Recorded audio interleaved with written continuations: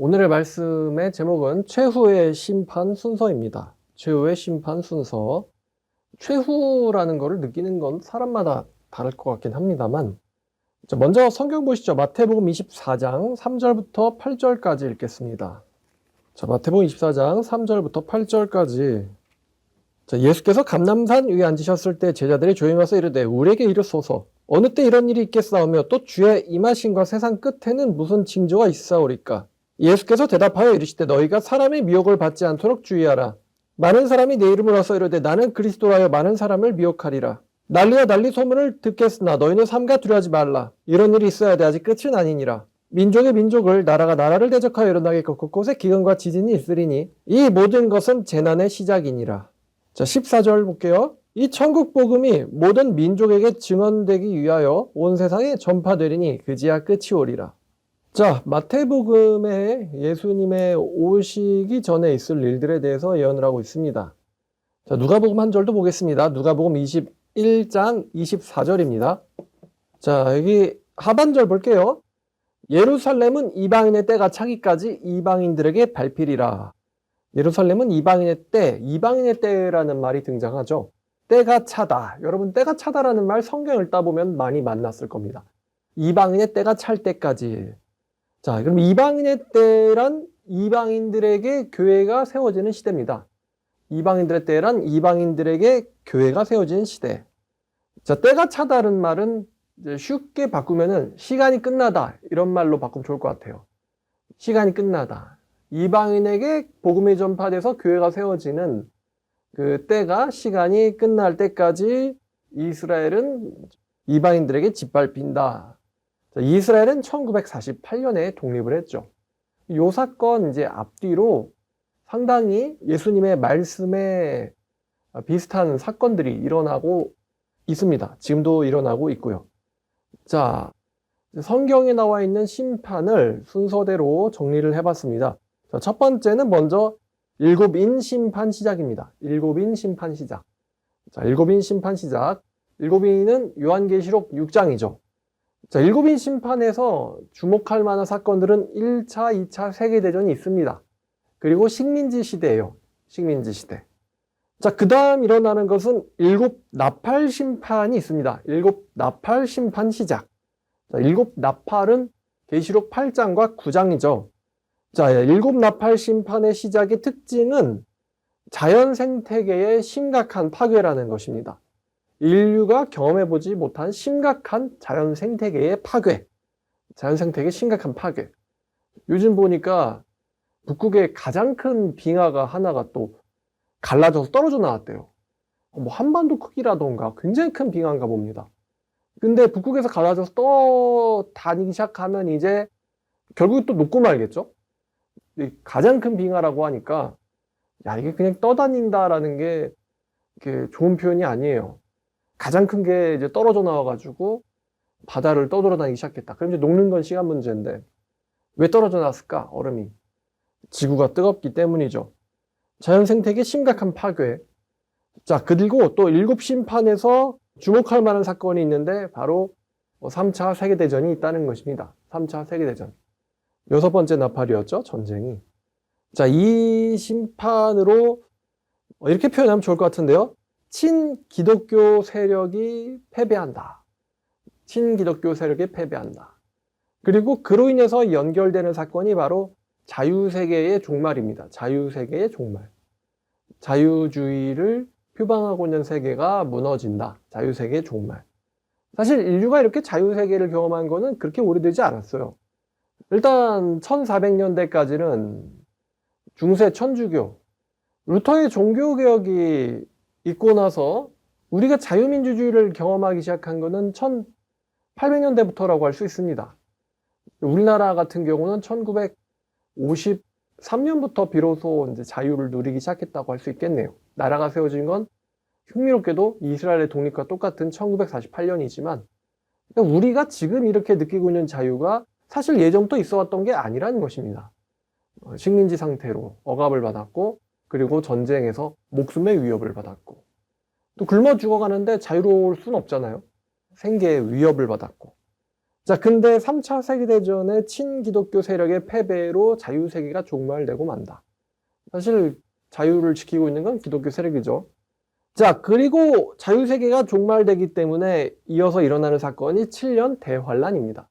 7년 대환란은 요한계시록 12장과 13장에 해당됩니다. 12, 13장을 읽어보면은 사람들의 인권이, 기본권이 심각하게 침해를 받고 있음을 알 수 있습니다.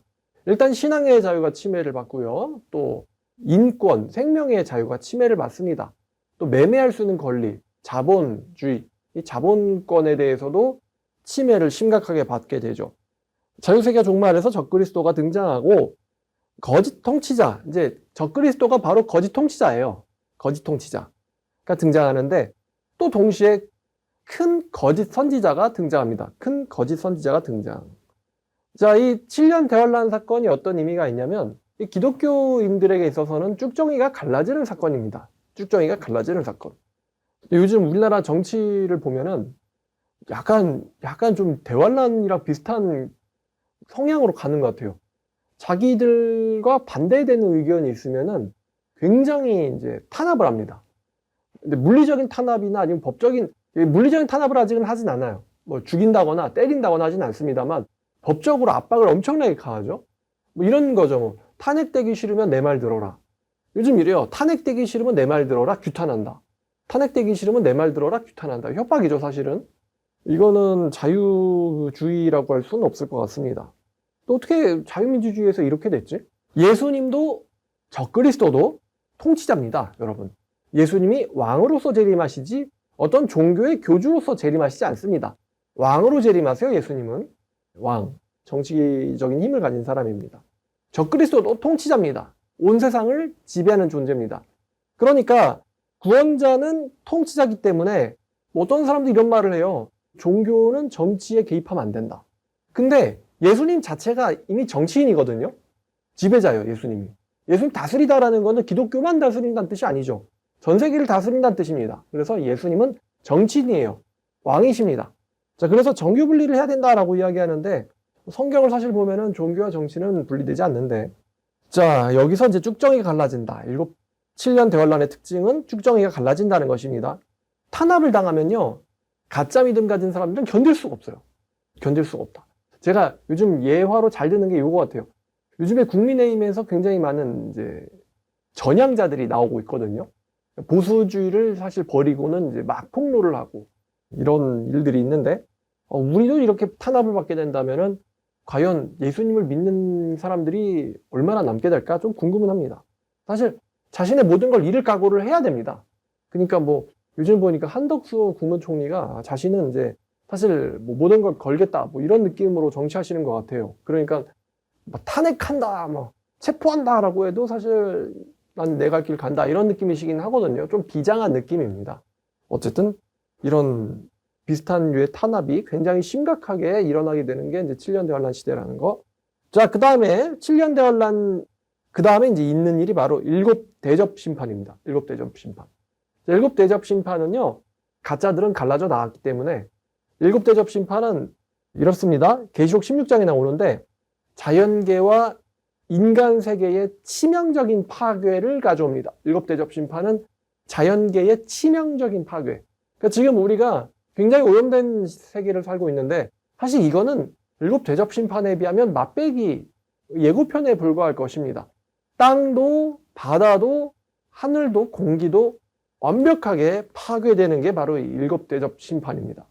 자, 그리고 7대접 심판의 마지막에 있을 사건이 뭐냐면 바로 4차 세계대전입니다. 4차 세계대전. 자, 그 다음에 있는 사건이 뭐냐면 이제 신자의 휴거 및 예수님의 재림 그리고 심판입니다. 신자의 휴거와 예수님의 재림과 그 다음에 심판. 자, 이 부분은 성경을 한번 봐볼게요. 자, 고린도전서 15장 51절입니다. 고린도전서 15장 51절, 52절 이렇게 두 절 읽어보겠습니다. 보라, 내가 너에게 비밀을 말하노니 우리가 잠잘 것이 아니오 마지막 나팔에, 다시 한번요, 마지막 나팔의 순식간에 호련히 다 변화되리니 나팔 소리가 나며 죽은 자들을 썩지 아니할 것으로 다시 살아나고 우리도 변화되리라. 자, 그 다음 한 구절 더 보겠습니다. 데살로니가 전서 4장 16절입니다. 17절까지. 주께서 호령과 천사장의 소리와 하나님의 나팔 소리로 친히 하늘로부터 강림하시리니 그리스도 안에서 죽은 자들이 먼저 일어나고 그 후에 살아남은 우리들도 그들과 함께 구름 속으로 끌려올려 공중에서 주를 영접하게 하시리니 그리하여 우리가 항상 주와 함께 있으리라. 자, 마지막 나팔 소리에 신자들이 공중에서 주를 영접한다. 예수님의 재림과 휴거가 동시에 있죠. 예수님의 재림과 휴거가 동시에 있습니다. 자, 그러면 예수님의 재림은 요한계시록 19장에 기록되어 있습니다. 요한계시록 19장 11절 보겠습니다. 19장 11절. 또 내가 하늘이 열린 것을 보니 보라. 하늘이 열렸다라는 것은 이제 재림을 준비하는 사건입니다. 하늘이 열린 것을 보니 보라. 그것을 탄 자가 있으니 백마와 그것을 탄 자가 있으니 그 이름은 충신과 진실이라. 그가 공의로 심판하며 싸우더라. 자, 이게 예수님의 재림과 제가 아까 말씀드렸죠. 7대접 심판에 같이 있는 게 바로 4차 세계대전이다. 예수님의 재림이 있습니다. 14절을 보니까 하늘에 있는 군대들이 희고 깨끗한 세마포 옷을 입고 백마를 타고 그를 따르더라.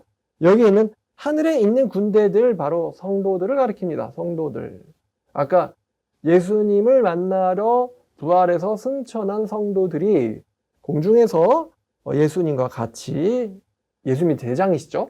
총사령관을 따라서 같이 돌격하고 있는 모습이 19장 14절이 되겠습니다.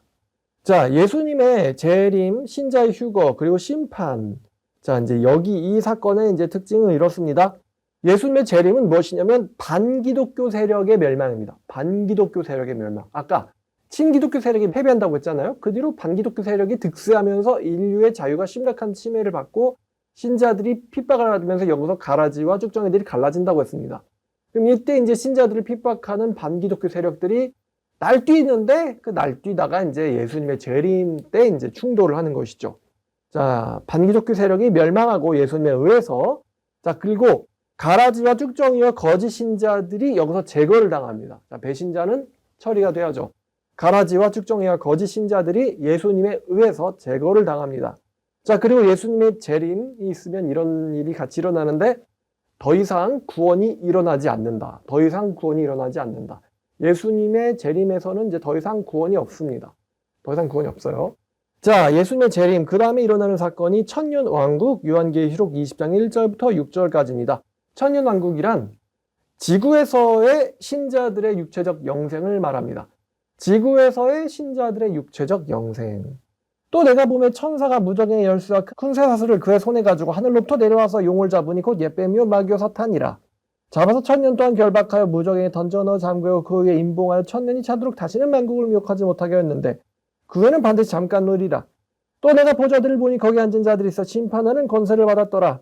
또 내가 보니 예수를 증언함과 하나님 말씀 때문에 목뱀 당한 자들의 영혼들과 또 짐승과 그의 우상에게 경배하지 아니하고 그들의 이마의 손에 그의 표를 받지 않은 자들이 살아서, 여기서 살아서는 부활해서란 뜻입니다.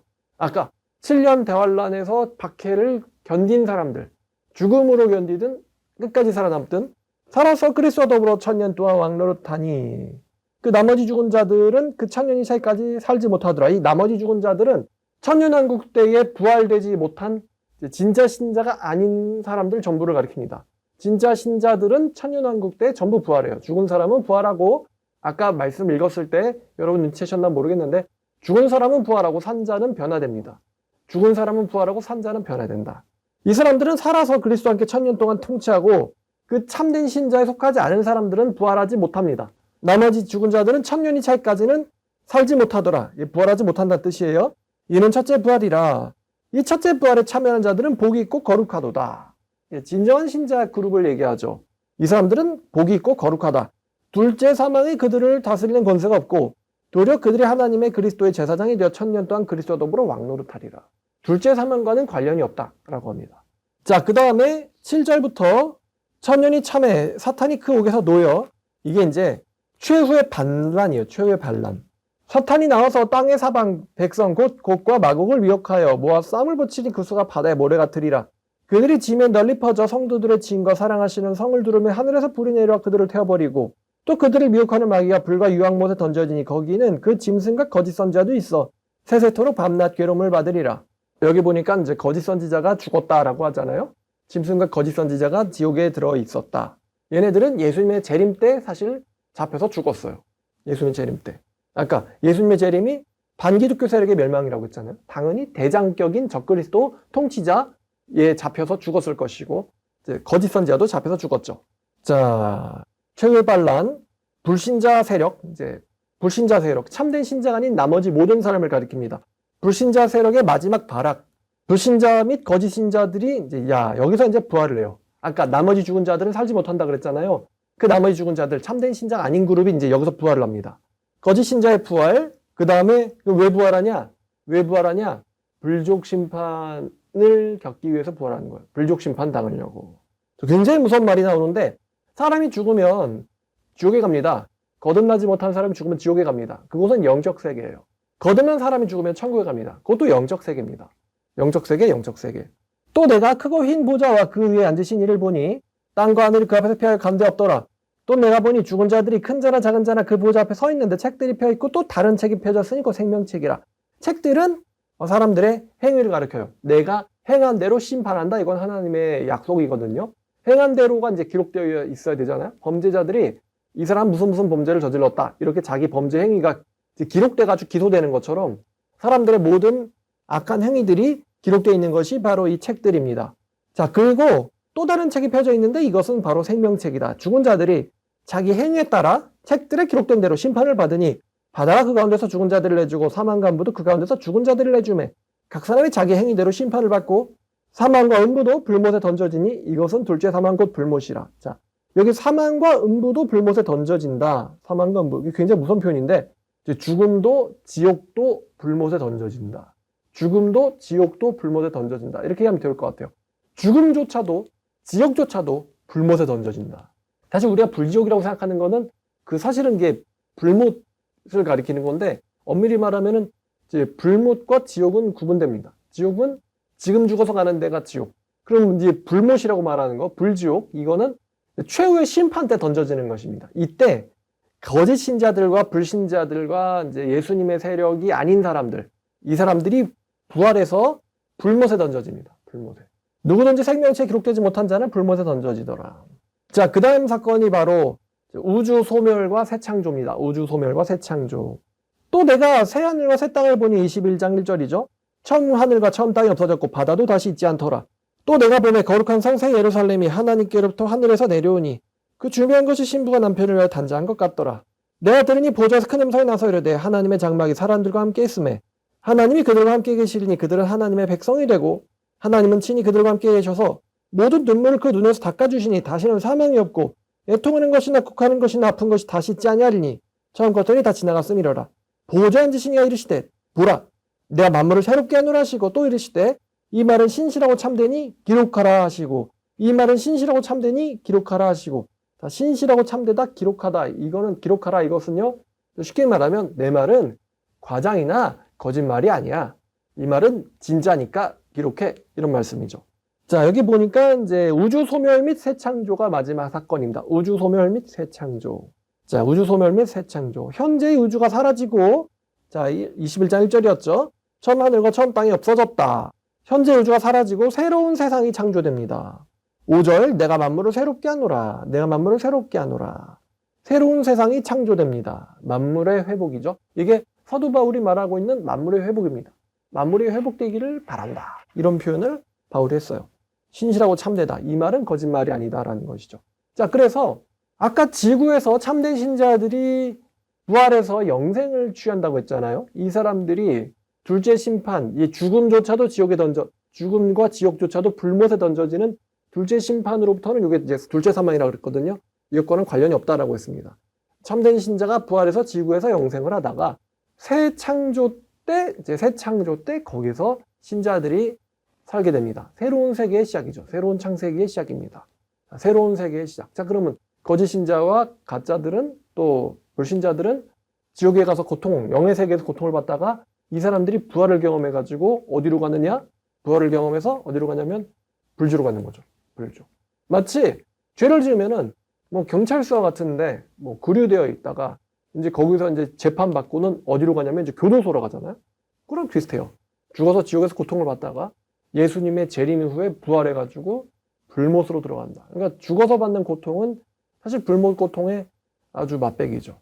불못 고통의 맛배기다.